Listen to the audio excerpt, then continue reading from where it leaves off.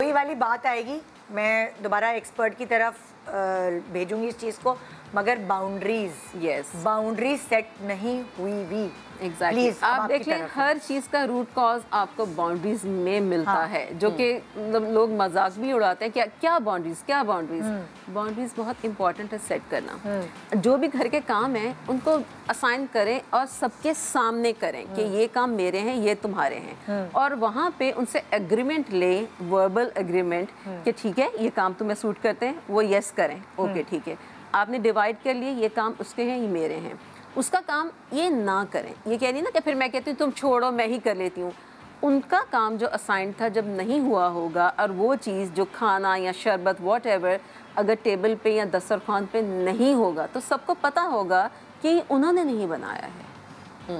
और यहाँ पे भी वो अंगूठे वाला केस अपने ऊपर ले लिया कि मैं ये कर लूँ। एक बात मैं आपको थोड़ा सा कहूँगी, हर किसी की अपनी एक्सपर्टी होती है, कोई कुकिंग में एक्सपर्ट होता है, कोई सफाई में एक्सपर्ट होता है, कोई बच्चों को पढ़ाने में एक्सपर्ट एग्जैक्टली हो सकता है कि ये किचन में एक्सपर्ट हो, ठीक है, हो सकता है कि इनकी देवरानी की कोई और एक्सपर्टी हो। अगर आपको अपनी रिस्पॉन्सिबिलिटीज बांटनी है तो जरूरी नहीं है वही रिस्पॉन्सिबिलिटी बांटे जिसमें आप अच्छी हैं। आप धुर क्यों बन रही हैं?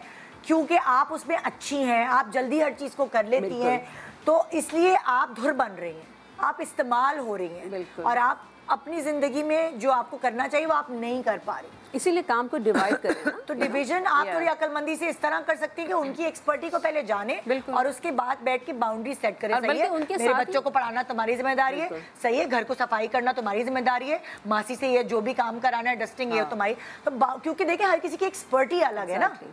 और वो इतनी स्मार्ट है कि उसको पता है कि जब आप जल्दी काम करती होगी यकीनन, तो उसको पता है कि भाई ये जल्दी काम कर रही है, मैं जरा स्लो लगी रहूं।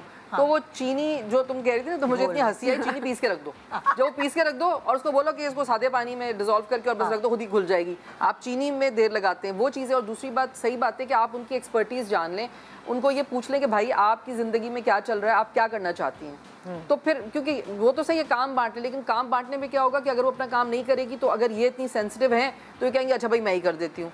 तो बात ये कि फिर मिलजुल के काम करना, जैसे कह रही है फ्रूट काट देती हैं, तो वो ऐसे काम उसको सूस शेफ बना ले अपना। नहीं तो उनसे पूछ लेना काम बांटना मतलब हाँ कि तुम क्या करना चाहती हो, कौन सा काम तुम्हें कन्वीनियंटली तुम कर लोगी, तुम्हें कौन सा सूट करता है। तो देखिए आप जितना काम आसानी से और खुशी से कर सकती हैं आप वो करें, अपने आप को थकाएं नहीं। आपको कोई अवार्ड नहीं मिलने वाला अगर आपको ये लग रहा है कि मैं बेस्ट बहू और बेस्ट वाइफ हूँ, ऐसा कुछ नहीं होगा।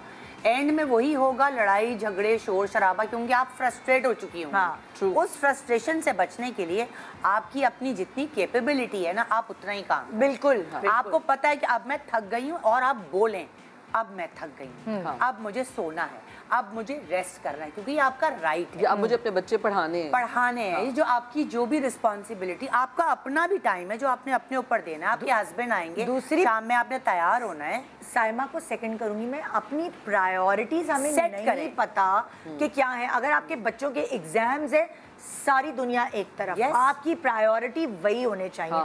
इतनी थोड़ी सी बुर्दबारी रखें कि आप उस चीज पर स्टैंड ले सकें। और उनको अगर सॉरी आज मैं अफ्तारी नहीं बना सकती, एग्जैक्टली करें, या आप मियाँ से बोलें बाहर से लाएं, कुछ करें, मेरे बच्चों का पेपर है कल, मुझे उनको पढ़ाना है, पूरी साल की उनकी मेहनत है, वो मेरी प्रायोरिटी। और अगर 3 खाने बना रही हैं या 3 डिशेस बना रही हैं, एक बना लें, मतलब कम करें। असल में हम खुद अपने आप को डीवैल्यू करते हैं, इसीलिए सामने वाला आपको वो रिस्पेक्ट नहीं देता है। बिल्कुल आप अपनी बाउंड्री सेट करें, और ये दिस इज वेरी नॉर्मल, और ये कोई बहाने वाली बात नहीं। हम इंसान हैं, हम भी थकते हैं, और अगले को नजर आ रहा होता है, ये नहीं है कि उनको नहीं पता। मत करें किसी को खुश। मैंने आपको पहले भी बोला है, कोई खुश नहीं होगा, आप अपने आप को खुश करें। लेकिन देखें ना, मैं इसमें एक स्टार्ट करती हूँ, मुझे ये बात समझ आ रही है कि आप उनकी बेटी बनने की कोशिश क्यों कर रही हैं अपनी सास की, पहले तो ये बताएं ना।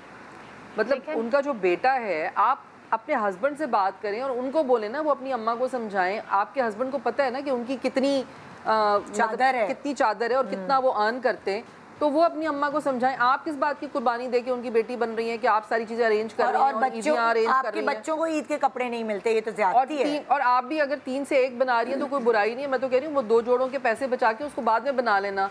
हमारे यहाँ जो हम सोसाइटी के उसमें फंस गए ना कि ये सब चीजें होनी चाहिए ईद पे, तुम यकीन करो मैं तो ईद पे कपड़े ही नहीं बनाती। फजीला मैं आपको बताऊं प्रॉब्लम क्या होगी। अब जैसे उनकी नंद है ना, उनकी नंद को अपने ससुराल में दिखाना होगा कि भाई मेरी ईदी आई है। वो सोसाइटी के उसमें फंस गए ना, दिखावों में, शो ऑफ में। तो अब वो उस चक्कर में, उस प्रेशर में जो उनकी सास हैं वो अपनी नंद, दामाद, अपनी बेटी, दामाद, कह रही हूँ ना, उन सब के लिए अब उनके हस्बैंड नहीं है तो वो बेटे को ही देखेंगी। मैं यहाँ पे एक बात ऐड करना चाहूंगी, मैं यही कहती हूँ कि उम्र से बड़ा नहीं बना जाता, अपनी हरकतों से बंदा बड़ा बनता है। अगर वो आपकी सास हैं तो आपकी सास को अपने बेटे का ख्याल नहीं है कि भाई मेरा बेटा है कोई, वो कोई स्मगलर थोड़ी है।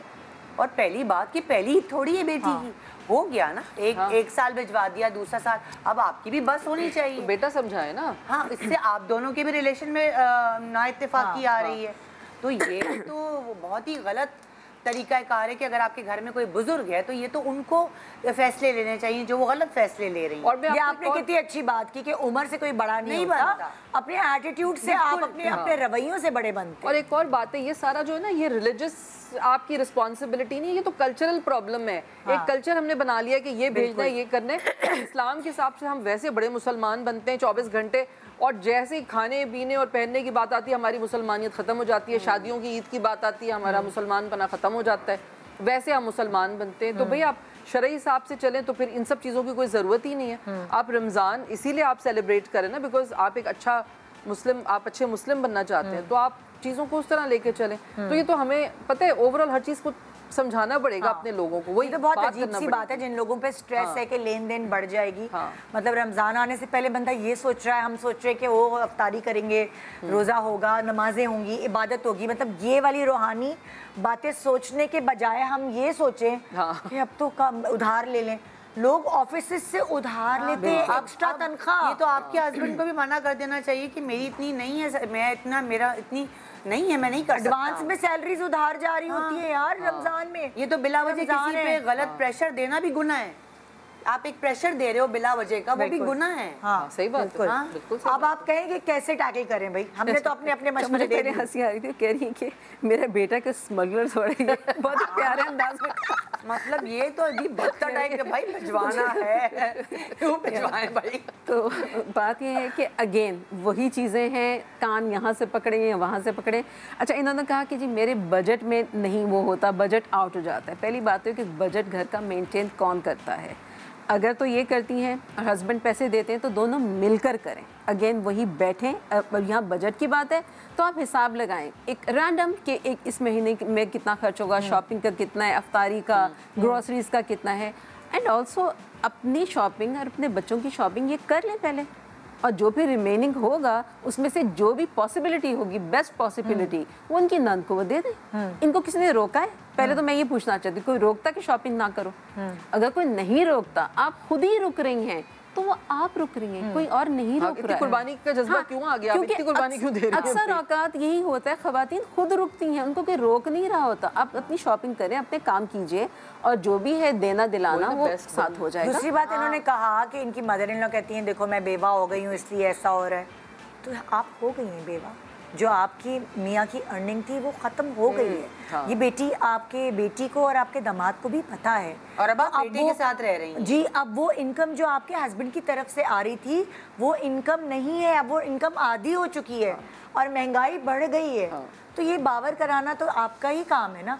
तो इसमें कोई, और मोहब्बत से जिससे आना है उसने जाना है। बहुत सारी खवातीन बेवा होती हैं, मतलब ये वाला तो एक फैक्ट है ना, ये तो रोक ही नहीं सकता कोई। और अगर जैसे वो इस तरह की बात करती हैं तो, और ये सेंसिटिव हैं या इसको एड्रेस भी करना चाहती हैं इस इशू को, तो सास के साथ कभी बैठ के बात कर लें, थोड़ा उनको समझाएं कि ऐसा नहीं है, हालात चेंज हो गए, डायनामिक्स जो हैं वो डिफरेंट हो गए हैं फैमिली के, और फिर भी उनको समझ नहीं आता तो वो जैसा परसीव करना चाहती हैं वो कर लें। अब क्या हो सकता है इसके? हाँ, क्या हो सकता है? सही बात है। आप समझाने की इज्जत से, मोहब्बत से, तरीके से समझाने की कोशिश करें, समझ जाएंगी तो अच्छी बात है। अगर वो नहीं, अगर ये नहीं समझा सकती तो उनकी बेटी को चाहिए कि उनको भी ये सोचना चाहिए कि अम्मी आप बेटे मेरे मतलब अपने बेटे के साथ रह रही हैं, आप मुझे ना भिजवाया करें। ये चीज आप अपने घर में लगाएं, ये अपनी। और हो सकता है कि उनको ये बात पता ही ना हो, आप उनसे डिस्कस करें तो क्या पता वो इस चीज को समझे। और बेटी की जबान शायद ज्यादा बेहतर समझेंगी, उनको समझ भी आएगी अगर वो आराम से बात करके अपनी। पता नहीं अगर ये अपनी नंद से बात करें तो उल्टा ही ना हो जाए